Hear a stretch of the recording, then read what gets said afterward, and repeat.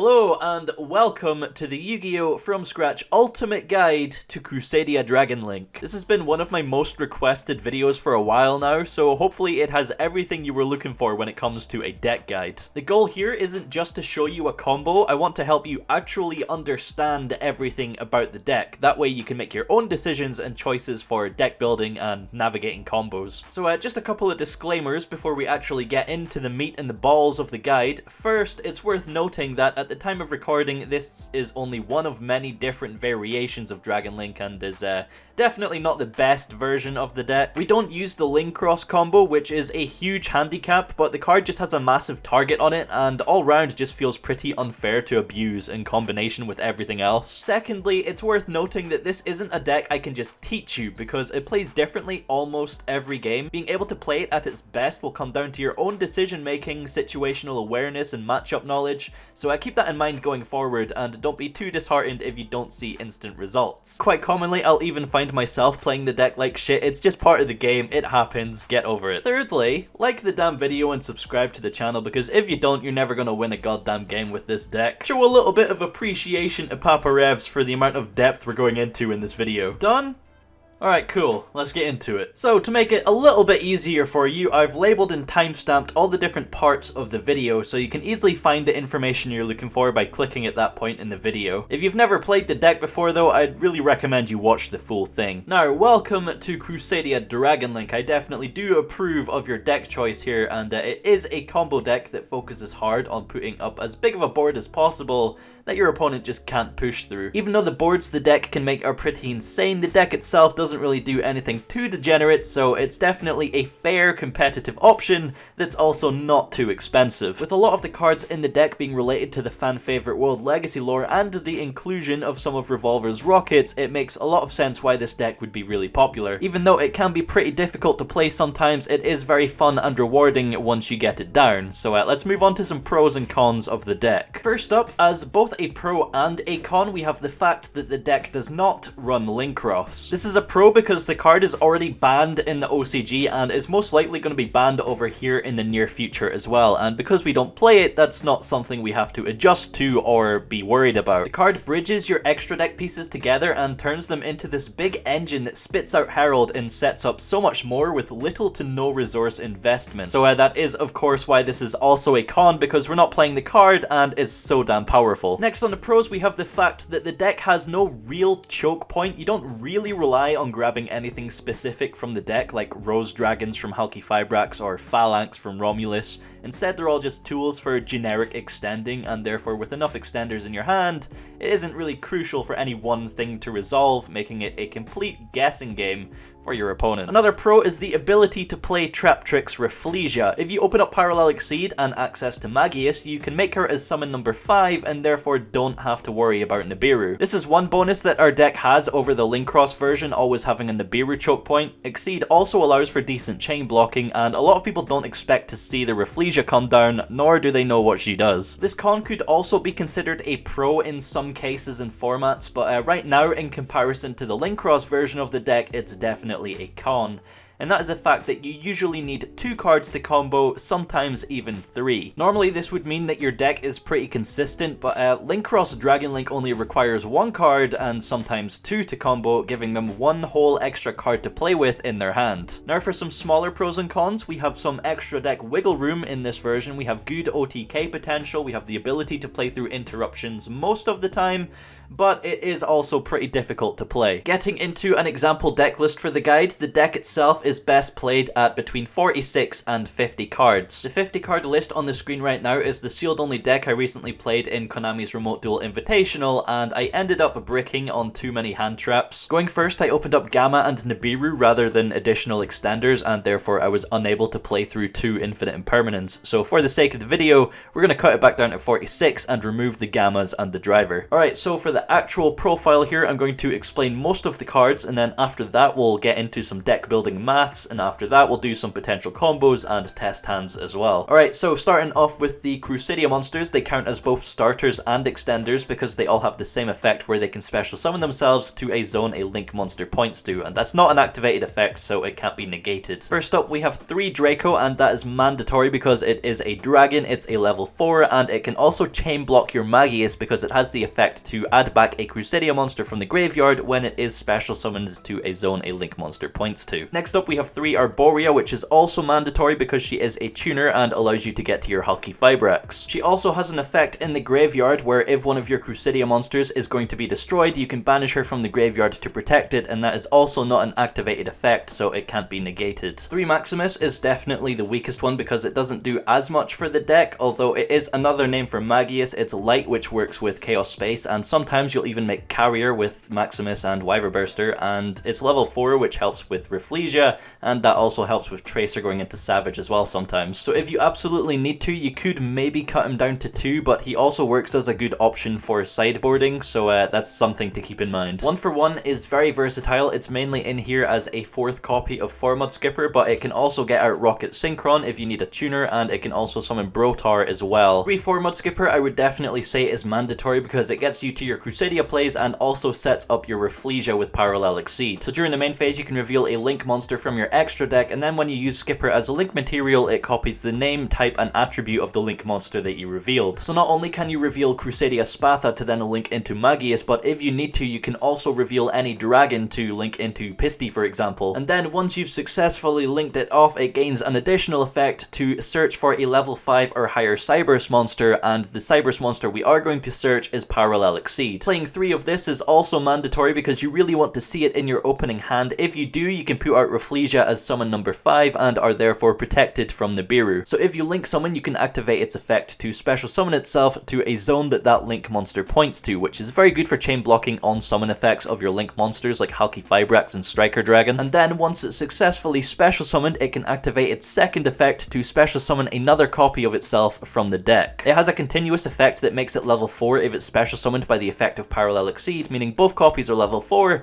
and you have access to a rank 4. You need 1 copy of Absorouter in the deck as a target for Ravine to get to Tracer, which is how you get to Borrowload Savage. If you hard open it though, you can pitch it for Chaos Space, which is really nice, or alternatively you can discard it for your Brotaur effect. Tracer obviously gets you to Borrowload Savage by destroying a face-up card on your field to special summon a level 4 Rokket from the deck. Synchron is most of the time your target for Hulky Fibrax to set up your LP, but if your Hulky gets negated, sometimes you'll search it off of the Absorouter if you already have access to Tracer. It does have an effect on normal summon where you can special summon a dark level 5 or higher dragon from your graveyard, but honestly that rarely comes up. Silverrokket is my level 4 Rokket of choice to summon off of Tracer. This could really be any level 4 Rokket. Most people do play Rokket Recharger instead, but I like the fact that Silverrokket combined with Boot Sector Launch can crash into a window that you otherwise wouldn't be able to play through. Honestly, Recharger is probably the better option because it would come up more often, but you know, just personal preference. 6 hand traps are obviously format dependent, but ideally you want them to synergize with Chaos Space, and therefore you want them to be either light or dark. Galactic Spiral is how you get out Hope Harbinger, so if you control 2 light or dark dragon monsters, you can special summon it from your hand or your graveyard, and then its second effect is that you can make every monster you control level 8. So once again, like Absorouter, you want to dump it off Ravine, or you can pitch it for Chaos Space, Brotaur, and 1-for-1. Speaking of Brotaur, that is most of the time going to be your target for LP. When you special summon it, you can target a monster on the field, discard a card, and search for a monster from your deck with the same type and attribute as that monster. So you can basically search any dragon in your deck. Most of the time you'll search for Collapserpent, but other times you can search for Levianeer or Spiral or Tracer. It really varies depending on your hand, and it is worth noting that the discard is not cost, so if Brotaur's effect gets negated, you don't have to discard. Levianeer is an insane card. You can search it off Chaos Space or Brotaur, and essentially you're getting to rip 1 card out of your opponent's hand by banishing 3 dark. Dragonbuster is our target for Union Carrier, obviously for the extra deck lock, and it can special summon itself from the spell and trap zone. Some people don't know about that effect if you want to go in the offensive and push for damage with the Borrow Sword. It is a tuner, so in awkward hands where you have to use the Rokket Synchron, you could summon this off of Hulky Fibrax to continue your plays. I really don't have to explain Collapserpent and Wyverburster, they're honestly just so broken, especially thanks to Chaos Space.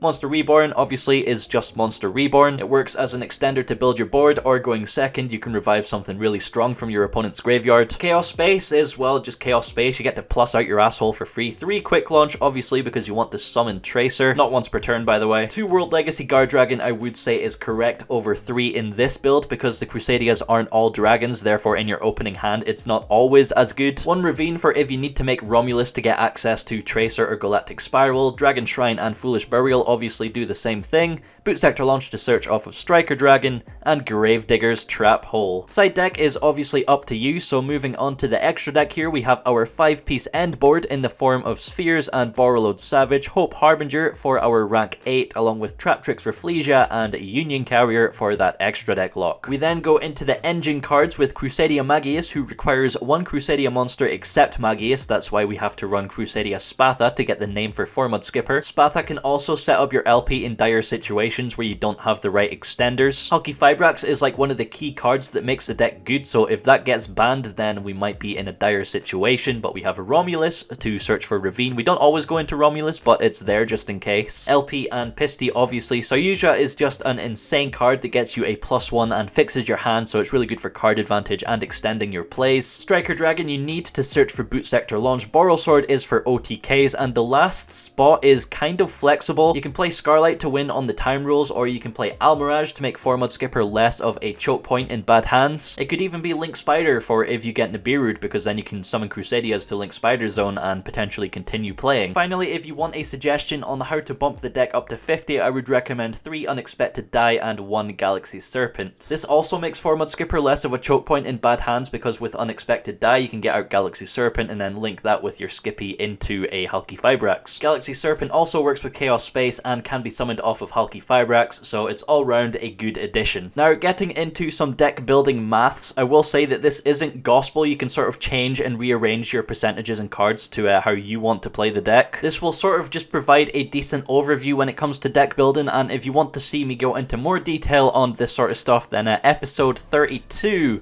I believe, of Yu-Gi-Oh! From Scratch is the one where we did all the maths. So starting off with our Garnets and Pseudo Garnets, these are cards that we don't want to see in our opening hand, but cards that are necessary for our combo plays. Most of them actually aren't that bad if you do open them in your opening hand, but because you access them from the deck anyway, you would just prefer to have something else that's more useful. So using a probability calculator, we can see that the chances of us not opening at least one of these Garnets in our opening hand is 48% on the dot. Ideally, you want this number to be as high as possible, and if we do go up to 49 cards, that number does pass the 50% threshold, which is nicer, but the larger your deck gets, the lower your chances of seeing side deck options, which is something you want to keep in mind. It's also worth noting that because we utilize Soyuja, if we can get to that point in the combo with the other cards in our hand, it's very easy for us to just swap out the Garnets that we did open, so if we open one, it's not too big a deal. Moving on to our combo plays, your ideal hand is going to make use of Crusadia Magius, and we have 13 cards in our main deck that grants us access to Crusadia Magius. It is still possible to combo your way to the full board without access to Magius, but it makes it a whole lot easier, and so we want to up that number as much as we can. So with 13 targets in the main deck, our chances of opening at least one is 82.69%, which is very nice and very consistent. But on top of the Magius, you also need to be able to special summon a monster to her zone to get your combos rolling. And with essentially 22 ways of getting to a generic special summon in a 46 card deck, we have a 94.98% chance of opening at least one of these, which is insane. Unfortunately, because all of the Crusadia monsters double as access to Magius as well as just being special summons themselves, calculating the exact percentage on you opening your combo is pretty complex. So in order to simplify things down massively, I think it's fair to say that if you open 3 of these 30 cards in your opening hand, you are in a very good spot. The chances of doing that in a 46 card deck is 77.93%, so it's actually really high. But on the other end of that spectrum, if we combine our 6 Garnets and Pseudo Garnets with our 6 hand traps, we have a total of 12 cards in our deck that isn't really contributing towards our combos. The chances of clogging up your hand with at least 1 or 2 of these cards are actually frustratingly high, so I would forgive you if you just cut the hand traps entirely. If you do, you buff your chances of opening 3 combo cards all the way up to 91.07% chance, but but it also means if you lose the die roll and you're going second, you have no way to stop your opponent's board. That's totally up to your personal preference. I'm not here to tell you what to do. I'm not your disappointed parents, and I encourage you to experiment. Now, this little grasshopper is your end board. You're going to want to familiarize yourself with these 5 cards because you don't always summon them in the same order, and sometimes you don't even summon all of them at all. Understanding the requirements for each piece here will allow you to visualize your combos and see how far you can get and decide which piece to summon when. Starting off with Traptrix Rafflesia, this is the piece that you want to summon as early as possible through Formud Skipper and Parallel Exceed. She has a quick effect that allows her to dump a trap hole from the deck to the graveyard that meets its activation requirements and then copies its effect. So you could combine this with things like Floodgate Trap Hole or Bottomless Trap Hole, but the whole point to this is to protect your combo from hand traps, and therefore we go with Gravedigger's Trap Hole. This has the ability to negate the activation of a monster effect that activates in the opponent's grave, hand, or banished pile. It also deals 2000 damage, which can come up in the time rules, but even if your opponent doesn't hand trap you and you don't need to use it, you now have Rafflesia as a source of interruption on your opponent's turn. It's also worth noting that it doesn't negate and destroy, it only negates the activation. So if you negate a Nibiru, for example, it's going to stay in the hand, and if you negate a Gamma, it stays in the hand too, just to be used again, because Gamma's not once per turn. You don't want to be trigger happy with the effect. If an Ash isn't really going to affect you that much, obviously you don't blow the Rafflesia, because then you open yourself up to get in the Nibiru, which can really hurt. But if you do use her effect to protect yourself from a hand trap, she is then just a free body that you can put towards your Soyuja and continue comboing. While you don't typically want to make her with anything outside of Parallel Exceed, you can put 2 level 4s together if you do suspect your opponent has a Nibiru. Next up we have Spheres, and I'm pretty sure you already know what Spheres does. It's a quick effect tribute for cost, non-targeting, bounce any face-up card on the field, so you can even bounce your own World Legacy Guardragon back to hand, for example. With it requiring 2 dragon monsters, you're typically going to make this with your Saryuja and Pisti, or if you go into Romulus, you'll be using your Saryuja and your Romulus. If you're playing a lot of hand traps in the deck, sometimes you'll just see a garbage hand where you can't really make a huge board, so don't be scared to just make Spheres and pass, because in addition to your hand traps, you should have enough interruption there to stop your opponent. Then with the second effect of Spheres being able to grant you access to literally any dragon in your deck, it really sets you up nicely for next turn through like Brotaur or Absorouter getting to Tracer, for example. Next up we have Hope Harbinger, and you need to understand that the only way we can get to Hope Harbinger is by getting access to Galactic Spiral Dragon. This can be done through seeing Dragon Shrine or Foolish Burial between our opening hand and our Saryuja draws, but if all else fails and we have the resources to do so, we can go into a Romulus and use Dragon Ravine to get to it. So most of the time you will be summoning this after Saryuja, and typically with the Dark Dragon target you bring back with Pisti so that you can summon it to Saryuja Zone and get a plus 300 attack boost. It can negate and equip a spell card or effect, so you don't have to worry about that, and it doesn't negate the activation either, so they can't just activate a second copy of the spell that you negate. What a lot of people do seem to be surprised about is the fact that it also has attack redirection. So if your opponent attempts to go into the battle phase and attack over your spheres, on attack declaration you can activate the effect of Hope Harbinger to redirect the attack and perform damage calculation. This effect is not once per turn, so as long as you have materials to detach, if your opponent keeps attacking, you can keep redirecting. Union Carrier is probably the most degenerate piece of our end board by getting a free extra deck lock in the form of Dragon Buster Destruction Sword. It requires 2 monsters with the same attribute or the same type to make, so it can be 2 dragons or it can be 2 lights, like I said earlier with Wyverburster and Crusadia Maximus. Hell, sometimes you might even make this with your 2 Parallel Exceeds instead of your Rafflesia if you draw into it after Saryuja. The monster you are equipping to gains 1000 attack through Union Carrier's effect, so typically you want to add this to the Hope Harbinger to buff it up to that 4000 or 4300 if you have the Saryuja boost as well. There are other options for if the Dragon Buster does get banned. For example, the Wizard Buster can lock your opponent out of graveyard effects, and the Robot Buster can lock them out of face-up spell and trap effects. Finally, we have our Borreload Savage Dragon. This is the last piece you want to make because you can only access it through Tracer, and Tracer locks you to Darks from the extra deck. It's also worth just holding Quick Launch to the end anyway, in case you get Nibiru'd, you can still follow up with a Borreload Savage afterwards. But yeah, you're gonna slap a Saryuja onto this bad boy, giving him a total of 4 negate counters and 4400 attack points. Much like the Harbinger, getting to the Savage requires you seeing a method of getting to Tracer through your opening hand or your Saryuja draws. Once again, that involves Dragon Shrine and Foolish Burial, as well as Romulus and Dragon Ravine, but this time it also includes Quick Launch and Absorouter, and if you absolutely need to, you can do it through LP as well. Alright, so combo time, and because there's no exact combo, I'm just going to show you a quick example of our engine here. We have our access to Magius, and we have a generic special summon as well. The goal of the the engine is to generate advantage while turboing towards a Saryuja to set up your plays, so that's exactly what we're going to do here. We're going to start by normal summoning our Crusadia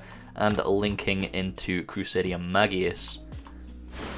Now the summon of Maximus is going to trigger our Parallel Exceed in hand, so we're going to special summon that to her zone, and then Chainlink 1, Maximus, and Chainlink 2, Parallel Exceed. So we're going to get a second copy of Exceed from the deck, and we can search for a Crusadia monster. Summoning Parallel Exceed, we're going to search for Crusadia Draco here, and then overlay into Traptrix Rafflesia as summon number 5. So we're now protected from the Biru, and we are protected from a hand trap while going through the rest of our combo. Special summoning Draco to Maggie's zone, we can activate the effect of Draco to add back a Crusadia monster to our hand, and then link into a Striker Dragon, which is going to search as boot sector launch and give us a zone as well to summon Arboria to. So we add the launch, and then because we've only normal summoned Arboria, we can special summon her to Striker Dragon zone, and she is of course a tuner, getting us to a Halki Fibrax. Now the Halki Fibrax isn't super important, it's just getting us a dragon from the deck so we can set up an LP. So if they do sort of negate the Halki Fibrax, which a lot of people will because it's a very powerful card, as long as we have a dragon extender in hand, we should be okay. So we summon the Rokket Synchron off of Halki Fibrax anyway, and link into our LP here, and activate the effect of LP because Halki Fibrax and Striker Dragon point to the same zone. Now here we would summon a Spiral or a Tracer or Absorouter or Brotaur. It all depends on the rest of your cards in your hand, but we're going to go for the Brotaur here. Activate the effect of Brotaur, target a Dark Dragon, discard a card from our hand. We're just going to discard Boot Sector Launch here. And we're going to search for a Collapserpent. Just pretend we have like Quick Launch or something in our hand. And then we special summon the Collapserpent because Maximus is actually a light, meaning Collapserpent is almost always live. Then link 1, 2, 3, and 4 into the Saryuja. So even though we have Rafflesia on the board, the Saryuja is still chain blocked by the Collapserpent, so Ash isn't really too big of a threat there. We wouldn't even have to negate it. But that does get us a search for Wyverburster, and then we can draw 4, fix our hand, and put 3 back. Of course we see the trap hole in the Dragon Buster, of course we do. But the good thing is we can just stick them to the bottom. Very nice. And we have Quick Launch, so that's instant access to Borrowload Savage. This will be our Pisty material here, and you're basically good to go. Here is another example. So we have Formud Skipper as our access to Maximus, and we have a special summon here as well. So we activate the effect of Skippy, and we reveal the Spatha here, and then we link into Maximus, which is going to trigger the effect of Skippy, getting us a search for Parallel Exceed.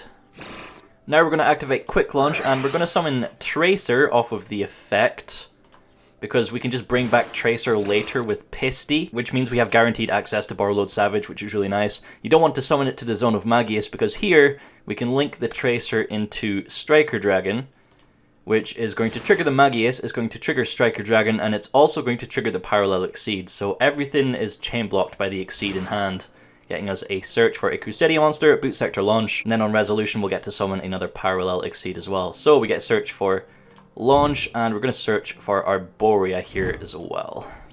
Getting the second copy of Exceed from the deck, we can once again overlay into our Rafflesia, special summon the Arboria, go into the Halki Fibrax, and so on. Sometimes you might find that your Skippy will get impermed or veilered and you find yourself stuck. So there's a couple of ways that you can play through that. One is to open Quick Launch or Unexpected Dive. You play that, you can just summon Tracer and then link this into Almirage, and then you can go into a Halki Fibrax and go from there.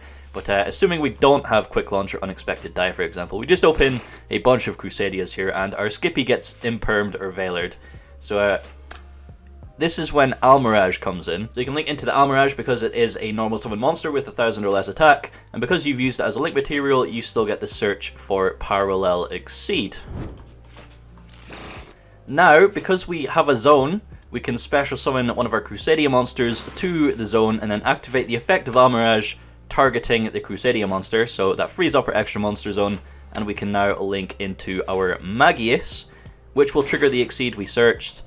And it's literally just the exact same combo here, so you just play through it. Alright, shall we do a test hand? I think we should. Now, what I want you to do is when I open the hand, I want you to pause the video and try and play out the turn yourself with the hand, and then play the video and see if it differs from anything that I do. That'll get your brain going and sort of let you see mistakes and different lines of play, and it'll sort of make you understand the deck a bit more. So here we go. Reset deck. We'll just get a broken hand. Oh, nice, nice. I think I come. Alright, so here we're going to normal summon Maximus, and then link into Magius, of course, which will trigger our Parallel Exceed.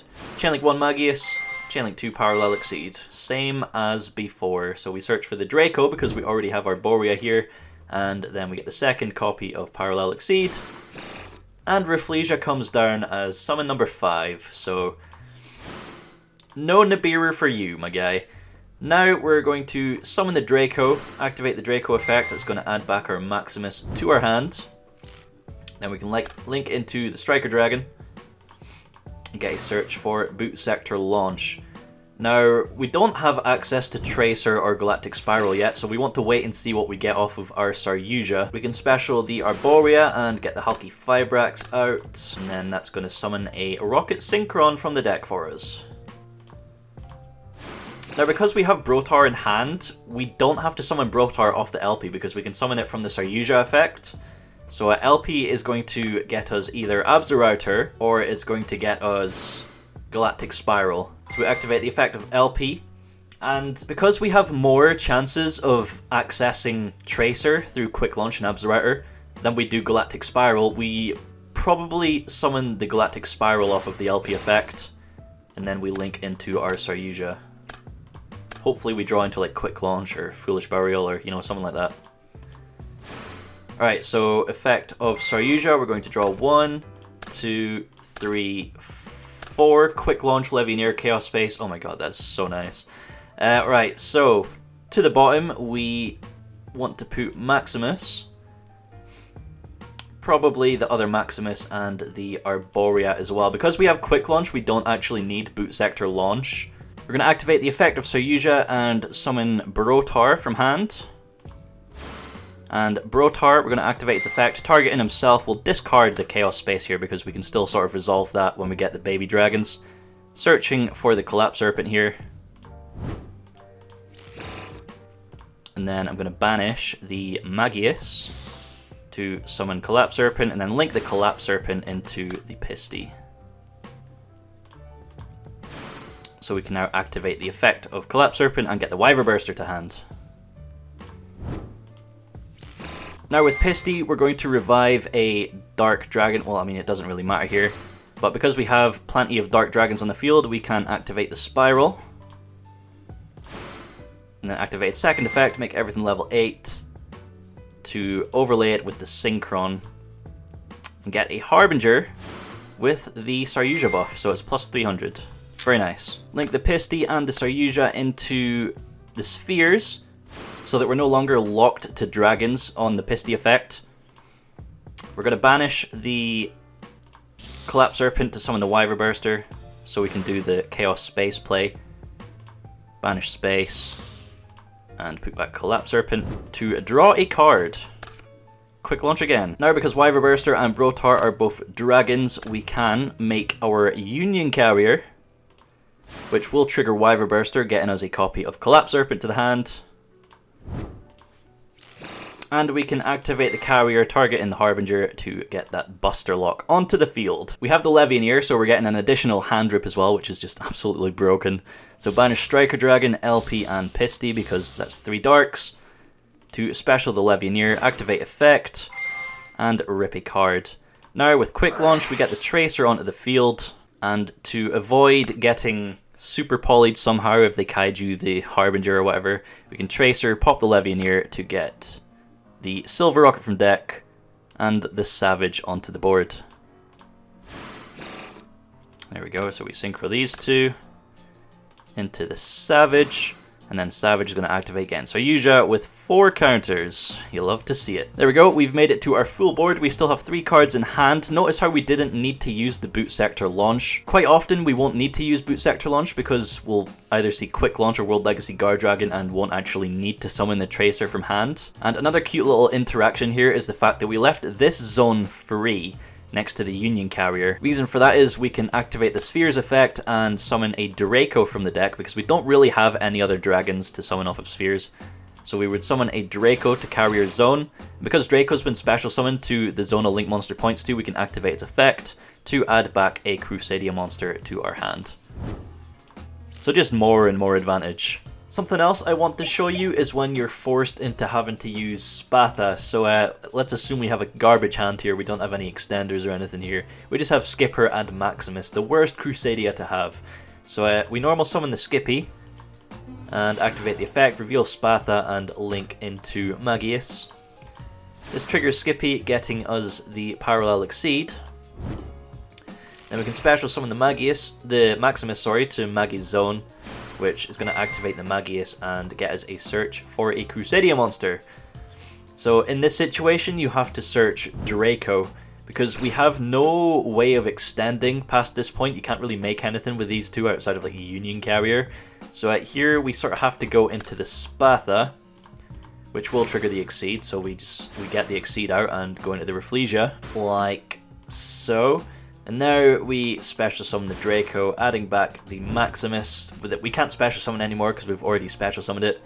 Then we have to go into the LP. This is the classic Crusadia Guardragon play. Spatha has an effect where she moves a monster on the field when a monster is special summoned to her zone. So we move the LP, and LP can now summon to Spatha's zone. It isn't as good, but it does still work. So we would summon the Brotaur here.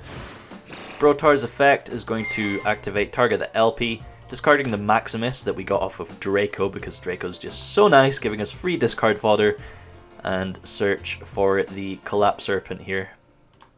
We have to search for the Collapserpent so we can actually get into this Saryuja. Skippy is also a light, which is always really nice for Collapserpent. And we would want to link the Brotaur into Striker Dragon before going into the Saryuja, just so we have one less brick in our deck. So we get the search for Boot Sector launch.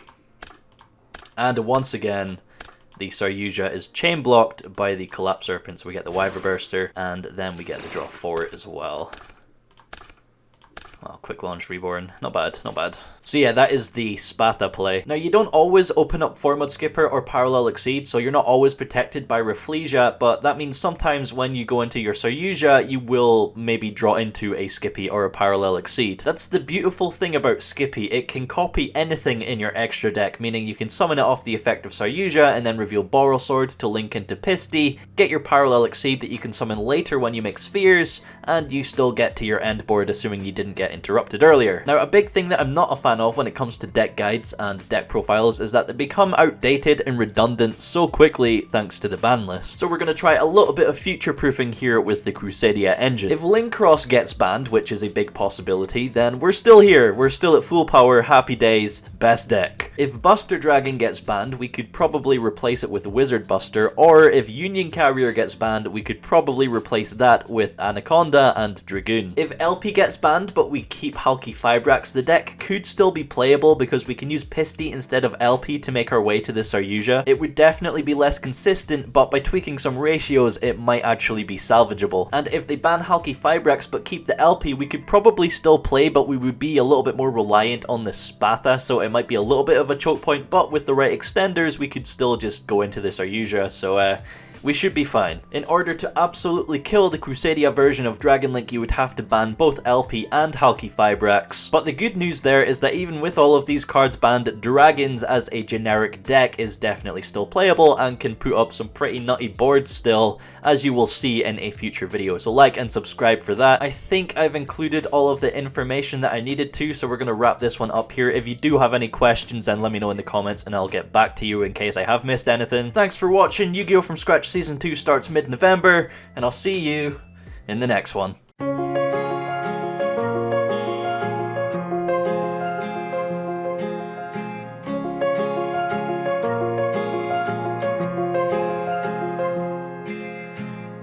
Gravel road, I've been asked to to slow down.